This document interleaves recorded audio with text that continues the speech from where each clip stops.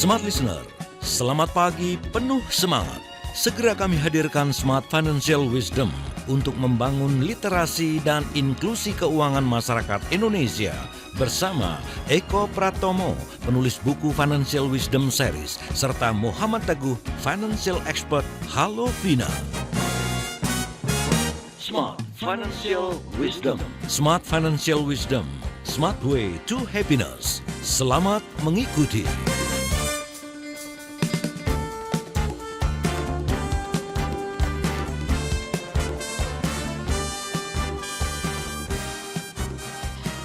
Tidak terasa tahun ajaran baru sudah dimulai ya. Anak-anak kita bahkan sudah memulai pembelajarannya mungkin sudah 2 pekan berselang. Dan seperti apakah cara Anda membekali mereka, cara mengatur keuangan? Apakah dipercayakan begitu saja atau berbekal pengalaman sebelumnya, ini Anda sudah lebih jeli lagi gitu ya, kalau buat si kakak itu seperti apa, buat si adik seperti apa. Selamat pagi Smart Listener dan juga sahabat yang bergabung. Pagi hari ini kembali kami mengajak Anda dalam Smart Financial Wisdom, ajak anak atur uang. Penting nggak sih anak ini diajakin untuk mengatur uang atau ya sudah kita kasih saja begitu ya. Kalau anak-anak yang masih dekat dengan kita mungkin masih bisa terlihat. Bagaimana dengan anak-anak kita yang ngekos, ya yang jauh dari perhatian dan jangkauan orang tua. Kita sudah bersama-sama dengan Pak Eko dan juga Pak Teguh. Selamat pagi Pak Teguh, Pak Eko. Selamat pagi, Pagi. Mola. Sehat-sehat semua. Sehat-sehat semuanya. Baik, ini anak-anak lagi pengen mulai belajar, jadi kita minta nih kepada Pak Kepala Sekolah dan Wakil Kepala Sekolah kita gitu ya untuk dapat pembelajaran. Tapi kita juga undang Smart Listener. Kalau Anda sendiri kepada putra putri Anda kayak gimana? Ya, sudah pakai sistem anak bulan uang bulanan begitu atau seperti apa ya, silakan boleh di-sharingkan. Dan kalau yang punya pengalaman anaknya ngekos karena kuliah atau sekolah jauh begitu, silakan juga boleh di-sharingkan begitu ya. Baik, kita mengawalinya dari Pak Eko gitu ya. Pak, kenapa sih penting kalau dalam pandangan Bapak ya, anak-anak ini sudah diajakin untuk mengatur uang begitu. Toh kan bukan mereka yang cari uang, kan orang tuanya nih, tapi kenapa anak diajakin untuk mengatur uang ya gitu. Silakan Pak Eko. Ya, Mbak Ola. Jadi sebetulnya kan kita sebagai orang tua kan memiliki tanggung jawab ya untuk memberikan bekal hidup. Dan bekal hidup itu bukan cuma sekolah, mendapatkan ilmu dari sekolah, tapi banyak ilmu kehidupan atau life skill yang perlu diberikan kepada anak-anak. Dan ilmu kehidupan itu biasanya merupakan habit, Mbak Ola. Jadi sesuatu yang harusnya dilatih sedini mungkin sehingga itu menjadi sesuatu yang menjadi kebiasaan, menjadi habit. Ya, dan masalah mengatur keuangan itu juga merupakan sesuatu yang harus dibangun untuk supaya menjadi kebiasaan dalam jangka panjang. Nah, biasanya jarang banget sih sebelum-sebelumnya ya, karena orang tua kita juga kan tidak pernah punya kesempatan diajarkan gitu ya, mengelola keuangan. Jadi masalah keuangan itu kan kayak sesuatu yang take it for granted, ya udah jalanin saja gitu. Tidak ada ilmunya dan bahkan kita juga sebagai orang tua juga tidak pernah mengetahui bahwa ada yang namanya ilmu mengatur keuangan. Nah, jadi kalau saya melihat ini penting karena nomor satu, mengatur keuangan ini jadi yang tadi saya bilang ini adalah life skill, ilmu kehidupan dan bisa diajarkan sedini mungkin.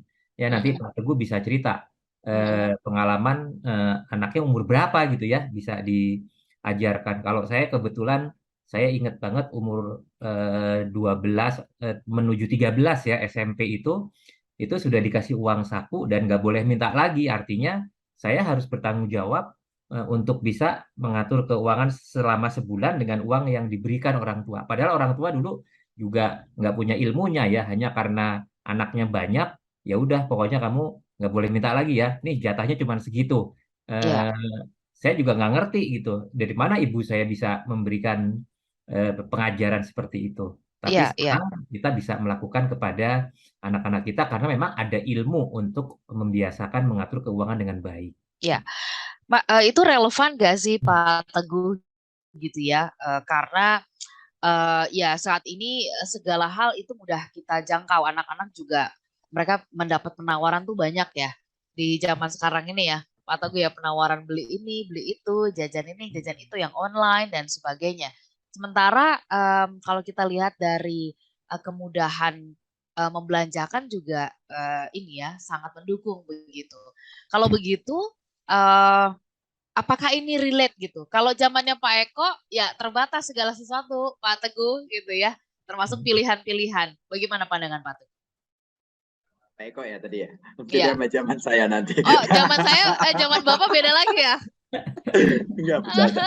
Jadi prinsipnya begini, Mbak. Memang tantangan bahwa fasilitas semakin beragam. Ya dulu kan anak-anak nggak ada yang pegang handphone, zaman kita juga gitu kan. Sekarang semua anak pegang handphone. Mainannya juga dulu hanya mainan-mainan yang kelereng lah, apalah gitu kan, petak umpet lah. Sekarang udah pakai gadget, udah pakai PS segala macam. Itu kan which is berbanding lurus dengan biaya. Dan artinya tantangan orang tua hari ini tentu lebih complicated dibanding mungkin tantangan pada zaman dulu. Tetapi inovasi untuk dapetin income juga mungkin fasilitas lebih besar daripada zaman dulu. Tapi hal itu menimbulkan suatu kebutuhan untuk punya seni, untuk punya keahlian kita dalam mengajarkan anak untuk bekal hidupnya, termasuk mengajarkan anak bagaimana atur uang mereka. Nah itu malah. Oke, Pak Teguh dan Pak Eko, nanti kita sambung di sesi berikutnya. Siapa yang harus mengajarkan? Ayah atau ibu? Karena seringkali ini juga jadi dilema nih gitu ya. Karena ayahnya jauh gitu ya dari anak gitu kan. Susah juga gitu untuk ketemu gitu. Kan paling gampang tuh untuk menyenangkan hati anak tuh ya udah ngisi ininya kan ya. Uang di saku elektroniknya gitu ya. Sementara si ibu, kenapa sih kan dikasih? Jadi suka dilema nih dalam hal-hal yang seperti ini. Boleh ya nanti kita sambung di sesi berikutnya. Smart Listener, kita ajak putra-putri kita mengatur mengatur uang. Ini penting gak sih? Bagaimana pula strateginya? Kami sambung bahasannya di sesi berikut. Silakan Anda bisa kirim WhatsApp kami ke 0812 11 12 959 atau juga bisa live chat di YouTube di kanal Smart FM. Kami jeda sesaat. Smart Listener dan juga sahabat yang bergabung, terima kasih Anda masih bersama-sama dengan kami di kesempatan pagi hari ini. Ajak anak atur uang ya. Tadi kita sudah nangkep nih. Relate nggak sih? Penting nggak sih gitu ya? Justru kalau sejak dini kita mengajak anak-anak kita mengatur uang, kita jadi sudah tahu nih apa yang harus dilakukan, apa yang artinya kita membekali mereka dengan kemampuan ya di masa depan, life skill lah kira-kira seperti itu. Nah sebelum kita belajar lebih jauh tentang kapan kita mengedukasi putra-putri kita, saya juga mau tanya nih Pak Eko dan juga Pak Teguh, kadang-kadang ada perbedaan pandangan ya. Ayah cenderung memanjakan, ibu cenderung ya mengetatkan gitu. Jadi kan nggak ketemu. Jadi kalau menurut Pak Eko perlu ada kekompakan nggak sih antara ayah dan ibu gitu ya. Plus lagi kalau misalkan ada ayah yang bekerjanya nun jauh gitu kan. Jadi ini kayak membayar dosa juga gitu ya rasanya kepada anak begitu. Bagaimana tanggapan Pak Eko? Ya, Mbak Ola, jadi edukasi keuangan kepada anak itu tanggung jawab kedua orang tua, ya. Nggak bisa kita punya dua jalur yang berbeda gitu ya. Tadi misalnya ibunya mengajarkan disiplin, tapi ayahnya karena tadi ya, misalnya bekerjanya jauh dan ingin memanjakan, itu akan membingungkan si anak. Ya. Jadi kalau menurut saya melakukan edukasi keuangan itu sebaiknya disepakati oleh kedua orang tua. Caranya bagaimana nih? Dan karena sekarang ini sudah banyak ya ilmu keuangan keluarga, ilmu keuangan pribadi, bahkan ilmu untuk keuangan untuk anak SD, anak SMP itu sebetulnya sudah banyak materinya, sehingga kalau menurut saya sangat perlu kekompakan ya kesepakatan antara ibu dan ayahnya tentang konsep melakukan edukasi keuangan itu seperti apa. Ya, jadi mesti tanggung jawab berdua nih Mbak Ola. Oke. Nah, Pak Teguh kalau begitu kapan waktu yang tepat kita mulai mengedukasi mereka? Saat mereka melek tentang itu angkanya berapa? Karena dari anak TK aja, balita aja gitu ya. Ini sudah bisa milih loh. Kalau dikasih yang merah atau yang biru, misalkan ada yang ketawa gitu ya. Kalau yang dikasih cuman yang abu-abu, misalkan kayak gitu, marah gitu kan. Nah, gimana tuh Pak Teguh? Silakan. Itu ada di dunia TikTok atau dunia Reels tuh kayaknya tuh. Ada ya. Bukan di kehidupan nyata kayaknya ya. Prinsipnya begini Mbak Ola, smart listener semuanya. Jadi kapan mulai mengajarkan anak untuk atur keuangan? Dimulai dari diri kita sendiri sebagai orang tua. Gitu. Jadi bukan memulainya ke anak, tapi memulainya bagaimana kita mendisiplinkan mengatur keuangan pribadi kita. Karena apa yang kita lakukan itu dilihat kok sama anak kita. Ketika kita misalkan berbelanja ke supermarket, ketika anak kita masih kecil, dan kemudian kita mencatat apa yang akan kita beli, itu anak lihat. Kemudian anak kita tunjukkan bahwa kita membeli fokus dulu kepada yang ada dalam list dalam catatan kita. Jadi kita mengajarkan pada diri kita sendiri. Sejatinya kita mengajarkan pada anak kita juga, gitu ya. Sehingga pada saat itu tuh kita secara tidak langsung mengajarkan kepada anak, dan pengajaran kepada anak dengan langsung praktek itu jauh lebih membekas daripada kita mengajarkan kepada anak melalui teori. Melalui omongan, katakan teori dan sebagainya. Sehingga yang perlu dilakukan ketika kita ingin anak kita kelola keuangannya dengan benar, ya kita kelola keuangan kita dengan benar juga. Nah, itu yang poin yang pertama. Sehingga dalam sehari-hari anak terbiasa untuk melihat bagaimana kita sebagai orang tuanya yang jadi figur pertama dia dalam kehidupan dia itu adalah mengelola keuangannya dengan benar. Kenapa orang tuanya Pak Eko dulu ngajarin Pak Eko kayak gitu? Karena mungkin dari orang tuanya juga. Sehingga sampai sekarang Pak Eko juga dapatin hal itu. Yang tanpa harus pakai omongan. Ya, karena melihat bagaimana mengelola keuangannya pada saat itu. Karena kondisi dan sebagainya misalkan. Itu yang pertama. Yang kedua adalah dimulai yang kedua adalah kekompakan. Jangan sampai gini. Bapaknya nggak boleh, ibunya diam-diam ngasih. Nah itu, gitu. Nggak kompak ya jadinya ya. Nah, ini nggak boleh ini nggak boleh terjadi. Jadi pertama itu kebiasaan, yang kedua adalah kompakan. Saya banyak nemuin teman-teman gitu kan, saya tanya, emang uang kuliahnya berapa? Nanya ke istrinya misalkan gitu kan. Kalau saya sih ngasihnya segini, Pak Teguh, buat jajan bulanan. Tapi kayaknya bapaknya suka diam-diam ngasih deh. Istrinya tahu juga gitu. Sebenarnya tahu juga, tapi ya sudah gitu kan. Nah, bapaknya ngasih berapa saya sih nggak tahu. Gitu kira-kira gitu.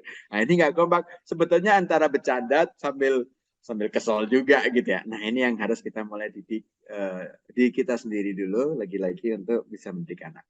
Baru setelah itu anak-anak terbiasa melihat kita yang itu kan, maka mengajarkan kepada teori bagaimana dia punya uang sehingga dia bisa ngelola keuangannya sendiri, dia bisa mengatur bagaimana dia bisa menabung, bagaimana dia bisa mengalokasikan untuk berbagi. Apalagi sekarang berbagi bukan hanya sekedar masukin uang ke dalam pundi amal atau apa, tapi bisa secara gadget, secara pakai payment gateway gitu ya, yang tersinkron dengan aplikasi-aplikasi yang sehari-hari kita gunakan gitu, sehingga itu bisa terbiasa dengan alokasi keuangan yang baik.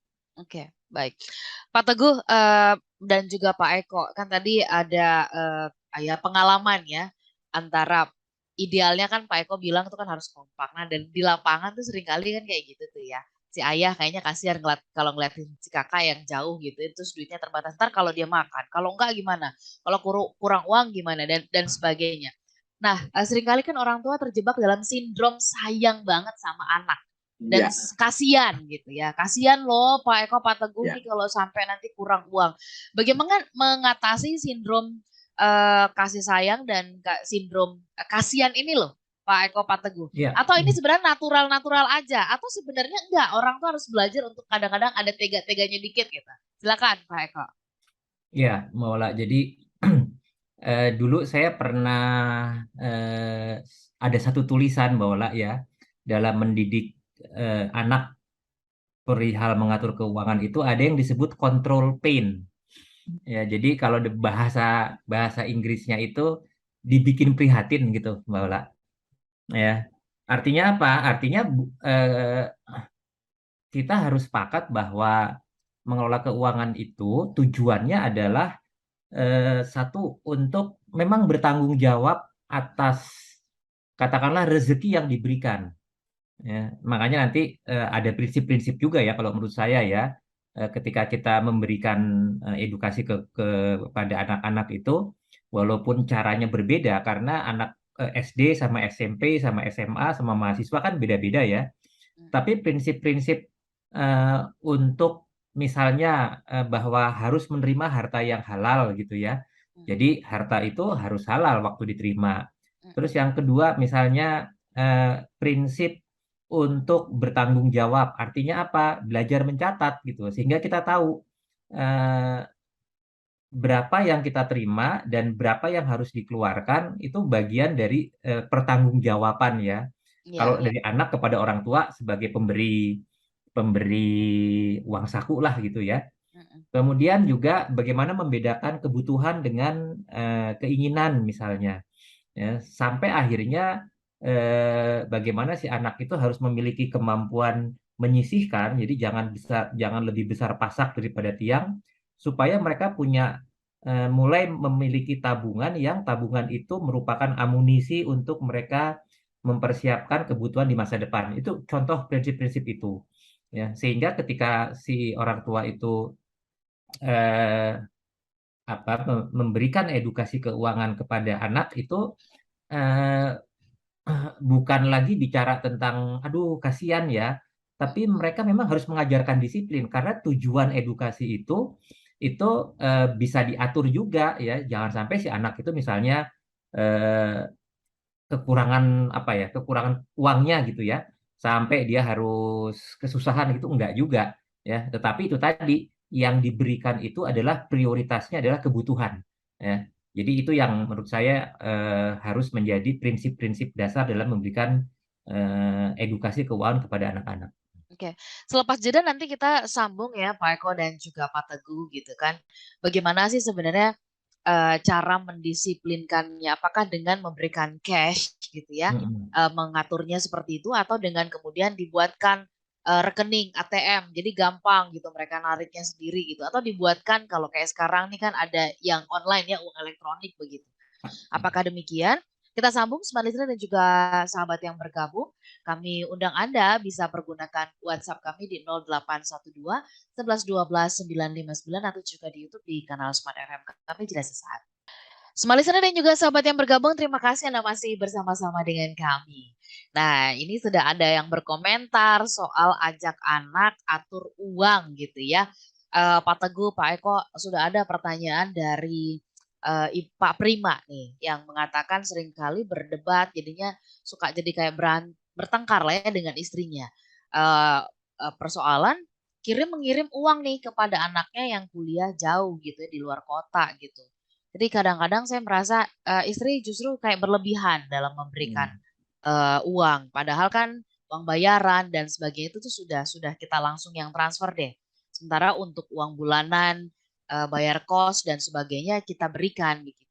Gimana ya caranya Pak Eko? Pertanyaan dari Pak Prima. Karena gak enak kan kalau suami dengan istri akhirnya berantemnya ya persoalannya itu lagi setiap bulan kan gitu Pak Eko. Silakan Pak.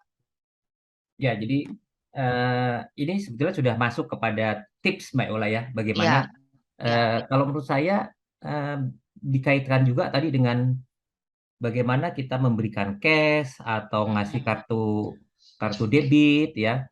Kalau menurut saya begitu anak itu sudah memiliki kemampuan dipercaya dan diharapkan dia juga belajar mengatur keuangan, menurut saya lebih baik dibukakan rekening ya, kan sekarang ada nih tabungan pelajar gitu ya Mbak Ola ya, dan dia diberi uang saku.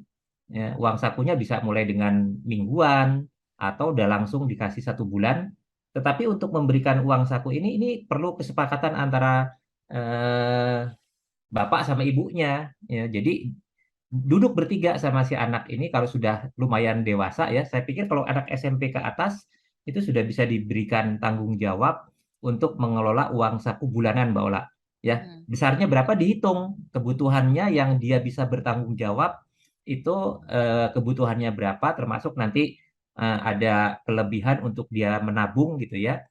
Dan bisa juga diberikan belajar untuk mencatat misalnya. Jadi dia bisa bisa tahu pengeluaran bulanan itu dibikinkan budget apa saja. Nah, itu belajar disiplin. Nah, dari situ kita bisa nanti membicarakan lagi sebulan kemudian. Coba kita lihat pertanggungjawabannya. Jadi kurang lebih modelnya seperti itu. Jadi harus ada kesepakatan sama orang tua, besarnya dana juga disesuaikan dengan kebutuhan si anak. Mungkin Pak Teguh mau nambahin, silakan Pak Teguh. Kalau saya sih ngelihatnya begini. Pertama, yang control pin tadi yang sebelum kita jeda ya, yang disampaikan oleh Pak Eko itu patut kita analisis lebih dalam lagi. Ada control pin itu, jangan sampai gini, kita kasih uang tapi kita udah tahu bahwa uang ini pasti nggak cukup. Dan itu berpotensi untuk lari ke hal-hal yang kalau anaknya nggak memiliki skill yang memadai, jangan-jangan takutnya, khawatirnya larinya ke hal-hal yang negatif. Pinjol lah, segala macam. Nah, sehingga yang kita perlu lakukan adalah komprehensif bagaimana gaya hidupnya. Misalkan kos-kosannya, ya kita udah tahu kos-kosannya misalkan dalam sebulan bayarnya 1 juta misalkan gitu ya. Tapi kita ngasih alokasi sebulannya cuma 1,5 juta termasuk untuk makan, untuk segala macam. Ya hampir pasti nggak cukup kan gitu. Nah kita harus tahu kebutuhan dia tuh berapa sih dalam sebulan untuk hidup dia. Ini tadi kalau kos-kosan adalah ngomongin yang udah kuliah misalkan gitu. Kalau yang masih SMA, SMP, SD gitu kan berarti kan ada kebutuhan-kebutuhan. Kita lihat kebutuhan berapa sih untuk anak kita, benar-benar spesifik anak kita ya. Saya nggak ngomongin kelas umur SD, SMP, SMA lagi. Karena sama-sama SD juga mungkin kebutuhannya beda-beda. Yang dengan dengan kebutuhannya dia itu berapa sih gitu, katakan kalau SMP SMA itu berapa sih benar-benar spesifik anak kita, maka kita kasih more or less atau kurangin sedikit aja yang menjadikan dia mengatur budgetnya, termasuk kita misalkan targetin untuk berbagi, kita targetin untuk investasi sekian persennya.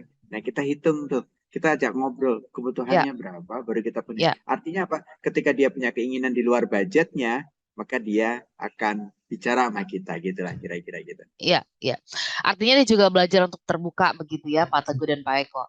Apa kalau begitu, kalau ya dari tadi kita lihat kan ada kayak contoh gitu ya, gambaran kebiasaan dari orang tua. Tetapi kalau dari pengalaman Pak Teguh dan juga Pak Eko begitu di lapangan, apa sih kebiasaan-kebiasaan yang dicontohkan oleh orang tua nih, kebiasaan-kebiasaan buruk yang dicontohkan oleh orang tua terus nggak sadar gitu, bahwa itu ternyata adalah sebuah contoh yang buruk gitu kan. Pak Teguh barangkali atau Pak Teguh, Pak Eko bisa mensarikannya. Silakan. Pak Teguh silakan. Ya, ini manusiawi sih sebetulnya. Ini ada kesalahan, tetapi hal yang manusiawi. Misalkan gini, nggak punya planning, nggak punya apa, tiba-tiba ganti motor. Tiba-tiba kecuali kalau motornya rusak atau apa itu lain cerita misalkan. Terus lagi jalan-jalan gitu, lagi banyak uang nih, misalkan lagi habis gajian nih, gitu kan. Terus kita contohin anak kita makan yang enak, gitu kan. Nggak salah, tapi kemudian setelah itu kita kesulitan untuk bayar kewajiban kita, bayar utang, terus membayar cicilan misalkan. Mah, ada uang nggak? Nggak ada. Lah kan si itu belum kita bayar misalkan gitu, bayar buat si Mbak misalkan gitu, kan belum dibayar. Nah kira-kira Papa udah ngalokasiin, nggak kedengeran tuh omongan-omongan kayak gitu. Nah kemarin kita baru ganti motor misalkan, loh kok ternyata untuk bayar si Mbak nggak ada gitu kan, padahal kita baru beli gadget, kita baru nih hal-hal kayak gini berarti kan kita ngejomplang nih antara suatu pengeluaran yang bukan karena kebutuhan dikeluarkan uangnya, tetapi untuk kewajiban yang harusnya ditunaikan tidak dikeluarkan atau tidak dialokasikan uangnya. Nah ini kan suatu hal yang mungkin manusiawi gitu ya, tetapi itu juga menjadi kesalahan yang akhirnya dilihat sama anak. Oh kayak gitu gitu. Nah kalau habis itu kita diem aja mungkin kita salah Hilman. Tapi habis itu diem aja, nah itu mungkin letaknya orang tua kita juga gitu kok. Yang penting ini aja dulu. Apalagi kemudian ceritanya justifikasi bahwa ya Ayahku sekali-sekali lah. juga sekali-sekali Nah, lah terus gitu ya. kita ngobrol sekali-sekali lah kita makan ini padahal ada kewajiban yang lain. Artinya kalau setelah kayak gitu membuat kesalahan itu kita bilang ya ceritalah ke anak kita kemarin itu kita salah, Bapak lupa kalau kasihin ini harusnya nggak gitu lagi. Besok kita perbaikilah. Ngomong gitu aja ke anak, mungkin anak SMA atau SMP udah ngerti itu. Dan bahkan anak SMA SMP itu pada saat itu ada sifat empatinya yang muncul akhirnya yaudah deh Pak, misalkan jajan saya dikurangin uang jajannya misalkan gitu ya. Nah, itu juga bisa terjadi kan gitu ya. Dengan ngobrol, dengan komunikasi itu bisa menganulir kesalahan kita. Tapi kesalahan kita jangan justru ditutupin kemudian dijustifikasi dengan alasan-alasan yang justru tidak mendidik buat anak kita. Ada Ibu Ningsih yang bergabung bersama dengan kita nih dari Surabaya ya. Gimana nih mengatasi anak yang udah keburu kalau ada maunya tuh nggak bisa nggak bisa dilarang gitu. Bawaannya ngambek, marah, nggak makan katanya seperti itu ya. Jadi mau nggak mau akhirnya orang tua nurutin gitu kan. Nah ini Pak Eko punya rumus atau punya tips nih menghadapi kayak gini nih yang anaknya udah jadi tantrum padahal sudah besar begitu. Silakan Pak Eko. Saya kebetulan kalau dulu Mbak Ola itu karena anaknya banyak, ya saya satu keluarga itu ada 7 orang dan karena orang tua saya kan Auri dulu ya, jadi kita tahu bahwa kehidupan ekonomi itu lumayan struggling lah dan karena ibu juga harus nambah penghasilan ya dengan jualan apapun gitu ya, ada catering, jualan tekstil segala macam. Jadi kita itu otomatis karena tahu juga anaknya 7 gitu. Jadi dan melihat kondisi orang tua juga struggling, jadi kita nggak pernah berani ya Mbak Ola kalau minta sesuatu. Tapi kemudian saya punya contoh juga ya yang sekarang lah misalnya gitu ya, ketika orang tua, kalau sekarang ini kan kebanyakan orang tua yang dulu prihatin zaman saya masih remaja gitu ya, sekarang mereka sudah memiliki kemampuan finansial kan, sehingga pengalaman mereka sebagai anak kecil yang katakanlah prihatin, mereka nggak kepengen nih anak saya, pokoknya kalau anaknya minta jangan kayak saya dulu lah gitu ya. Nah ini yang kadang-kadang membuat si anak itu terbiasa ya, dan kalau tidak dikasih maka istilahnya ngamuk gitu. Nah kalau menurut saya memang harus ada cara juga untuk tidak selalu menuruti dan tidak mengiyakan ya. Kalau dia ngamuk nggak mau makan, diemin aja gitu. Karena once kita memberikan toleransi, maka itu akan jadi senjata buat dia gitu. Jadi kalau menurut saya harus ada sedikit tega ya. Kalau memang itu tidak benar gitu, ya biarin aja. Toh dia juga nanti nangis juga capek. Nanti kalau dia nggak mau makan juga nanti dia lapar. Dia cari sendiri gitu. Kalau saya seperti itu sih. Ya. Artinya kalau tadi saya mencermati apa yang dijelaskan oleh Pak Eko bahwa perilaku anak kita seperti itu sebenarnya itu juga dimulai oleh orang tua gitu ya. Betul. Ya, jadi kalau dia sampai melakukan seperti itu justru yang harus minta maaf karena sudah memberikan contoh yang nggak bagus gitu kan orang tua gitu ya. Nah, ke depan tuh dampaknya apa sih kalau selain tadi nih ya anak-anak ini jadi modelnya tuh maksa gitu. Kalau nggak ada nanti bisa menghalalkan segala cara misalkan. Apa yang harus kita cermati juga kalau anak-anak nggak disiapkan atau nggak punya life skill dalam pengelolaan keuangan, kelak mereka ketika dewasa tuh akan seperti apa? Kita bahas ini nanti di sesi berikutnya. Apakah benar ada penelitian yang mengatakan ini bisa mendorong anak untuk menjadi koruptor kah atau apa ya? Apakah sejauh itu dampaknya? Kita bahas selepas beberapa informasi. Malisera dan juga sahabat yang bergabung, terima kasih Anda bersama-sama dengan kami. Kita sampai di sesi yang terakhir. Terima kasih untuk respon-responnya ya. Ada Pak Madia, terima kasih sudah bergabung. Kemudian juga kepada Pak Lukito, terima kasih juga sudah menyapa kami di kesempatan pagi hari ini. Sehat-sehat untuk Pak Lukito yang ada di Banjarmasin. Kemudian saya juga yang menyapa ada Pak Hasibuan, terima kasih sudah bergabung dari Medan ya. juga sudah bergabung, katanya punya pengalaman yang sama dengan Pak Eko ya, karena orang tuanya anaknya banyak gitu kan. Jadi ya kalau misalkan pengen sesuatu anaknya didorong ya untuk melakukan sesuatu, ntar jualan es mambu katanya begitu, pengalaman waktu masa kecilnya katanya seperti itu ya. Baik. Nah, kita melaju ke gimana ke depannya kalau anak nggak disiapkan life skill dalam hal pengelolaan keuangan. Ini akan bisa dipelajari dengan sendirinya begitu kalau kata banyak orang gitu ya. Nanti juga bisa dengan sendirinya gitu ya. Atau ini memang benar-benar harus diajarkan. Pak Teguh, silakan. Kalau itu pilihannya memang harus diajarkan. Karena gini, seringkali kita membekali anak untuk sesuatu hal yang sifatnya skill untuk dia mencari uang, gitu kan. Kita suka lupa mengajarkan yang sifatnya soft skill. Soft skill kadang-kadang kita hanya mengajarkannya untuk anak-anak yang masih kecil banget gitu ya, balita gitu kan.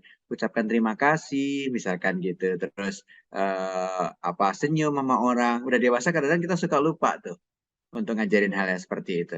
Termasuk juga soft skill itu adalah bagaimana mengelola keuangan, kearifan kita bagaimana berbagi dan sebagainya. Sehingga dengan kita mendidik anak kita mengatur keuangan dengan baik, itu akan menciptakan generasi-generasi di masa mendatang yang concern terhadap literasi keuangan. Literasi keuangan ini penting buat sebuah negara, katakan buat kita di masa mendatang, karena dengan literasi keuangan yang rendah, maka tingkat konsumerismenya akan tinggi. Dan ketika tingkat konsumerisme akan tinggi, maka hedonismenya akan muncul gitu. Dan kemudian ketika hedon itu akan muncul, maka akan terjadi pengaruhnya bisa lari ke hal-hal yang tidak diinginkan untuk menuju ke bahwa hedon itu suatu hal yang baik gitu ya, suatu hal yang enak untuk dilakukan gitu kan. Sehingga muncullah korupsi, muncullah mengambil sesuatu hal yang bukan haknya, muncullah generasi-generasi yang tiba-tiba di rumahnya ada 800 miliar. Oh enggak, 100 miliar. Nah, itulah. Nah, itu bagaimana lifestyle itu terbentuk dari rumah tangga gitu loh, dari keluarga gitu, sehingga hal itu dapat terhindari dengan lagi-lagi soft skill dan tidak menjadikan suatu gaya hidup yang tinggi itu suatu hal yang menarik, bahwa ada value yang jauh lebih menarik daripada itu. Artinya Pak Eko sama Pak Teguh tadi mengatakan bahwa boleh dibilang keluarga atau di rumah tangga itu adalah tempat pendidikan pertama ya dalam mengasah kemampuan keuangan ini begitu. Tapi tadi disebut-sebut juga oleh Pak Teguh soal gaya hidup ini Pak Eko. Kadang-kadang anak-anak lihat sosial media, kok dia bisa begitu, dia bisa begini, terpengaruh gitu ya. Sehingga kemudian merasa kecil hati ketika, oh kenapa saya harus berhemat-hemat, anak orang itu aja bisa begini dan begitu gitu. Sehingga kemudian muncul rasa rendah diri dan kemudian untuk mendapatkannya melakukan hal yang lain. Bagaimana kita mencegah hal ini Pak Teguh, Pak Eko? Silakan. Ya, itu makanya menurut saya pentingnya kita memahami tentang mengatur keuangan itu sebetulnya bukan hanya bicara tentang pengelolaan keuangan secara duniawi ya, Mbak Ola ya. Karena banyak sekali values yang kemudian bisa mempengaruhi seorang kayak tadi ya. Mereka membandingkan keluarganya dengan keluarga orang lain gitu. Kok mereka bisa begitu, kok kita enggak gitu ya.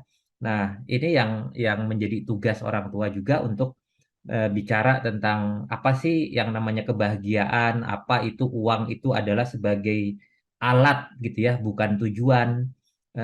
Itu menjadi sangat penting ya.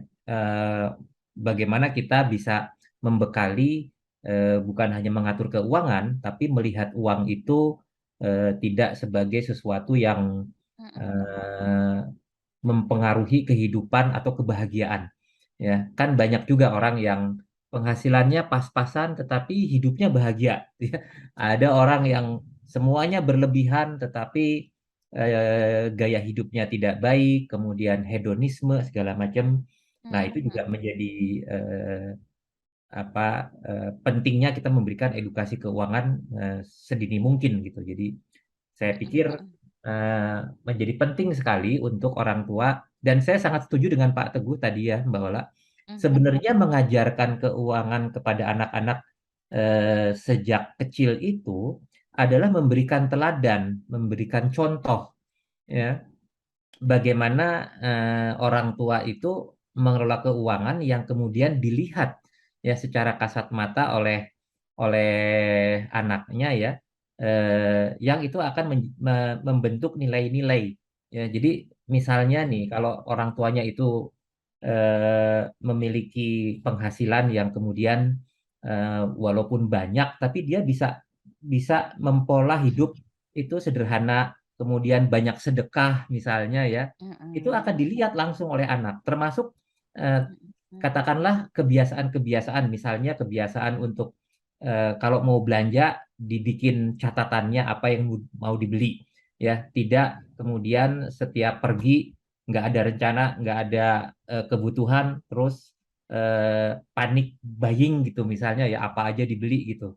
Hal-hal seperti itu akan menjadi pelajaran berharga ya, karena si anak akan mencontoh ya, apa yang dilakukan orang tua itu merupakan keteladanan yang diberikan kepada anaknya sebetulnya. Ya, baik Pak Eko dan juga Pak Teguh, ini pertanyaan yang berikutnya kan adalah, kita tahu nih ya situasi ekonomi di global gonjang-ganjing ya, BBM aja mau naik, harga-harga naik dan sebagainya. Nah, apakah ini menjadi momentum yang tepat untuk juga kita mengajar kepada anak-anak kita belajar menabung dan mulai berinvestasi begitu? Silakan, bagaimana tanggapan dari Pak Teguh? Iya, Pak. Momentum sekarang momentum yang sangat tepat untuk mulai mengajarkan anak kita untuk berinvestasi. Pertama, kondisi market lagi kondisi yang baik untuk berinvestasi, katakan gitu ya. Dan kita memiliki optimisme dalam waktu 3-4 tahun ke depan akan jauh lebih baik daripada kondisi hari ini. Gitu ya. Yang berikutnya adalah kondisi bahwa investasi itu saat ini bisa dilakukan melalui gadget. One click away investasi udah kemana-mana. Dan itu sangat mudah. Dan itu benar-benar membuat generasi Z gitu ya, bahkan milenial, setelah milenial pun mudah untuk melakukan investasi. Berikutnya, yang kenapa saya bilang ini menarik juga, bahwa investasi hari ini tidak membutuhkan uang yang besar. Dengan dana kecil pun udah bisa invest. Dengan dana yang biasa kita pakai buat ngopi-ngopi cantik itu kita bisa invest, dan itu berarti banyak. Apalagi kalau dilakukan secara rutin. Sebutlah misalkan seminggu sekali kita ngopi sekali, atau kita ngopinya dari 2 kali, dibikin ngopi sekali, yang budget sekali itu diinvestasikan setiap minggu gitu, nggak usah setiap bulan sekali, misalkan setiap minggu invest, itu suatu nominal yang bisa untuk berinvestasi, dan itu berarti banyak ketika di masa mendatang. Oke. Nah, Pak Eko sama Pak Teguh, kita mau tutup ini ya bahasan kita begitu ya. Apa yang menjadi yang ingin di-highlight, bahwa kita sudah dapat gambaran betapa pentingnya anak-anak kita sejak dini. Jangan berharap bahwa mereka nanti kalau mereka sudah kuliah terus baru kita baru mulai mengajari mereka gitu. Agak sedikit telat kan ya. Nanti kalau udah punya kebiasaan, udah punya habit, mau dirubahnya susah gitu kan. Silakan, apa highlight dari Pak Eko? Ya, jadi saya berkaca kepada pengalaman pribadi ya, Mbak Ola.